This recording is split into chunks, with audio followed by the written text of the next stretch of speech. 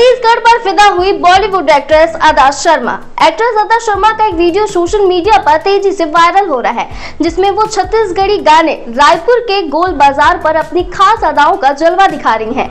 ये वीडियो उन्होंने इंस्टाग्राम पर शेयर किया है, जिसे फैंस खूब पसंद कर रहे हैं। अदा के क्यूट एक्सप्रेशन और डांस स्टाइल को न केवल छत्तीसगढ़ बल्कि पूरे देश से तारीफ मिल रही है। दरअसल इस वीडियो को आदर्श ने हॉलीवुड एक्ट्रेस शालिनी विश्वकर्मा की रिक्वेस्ट पर बनाया है।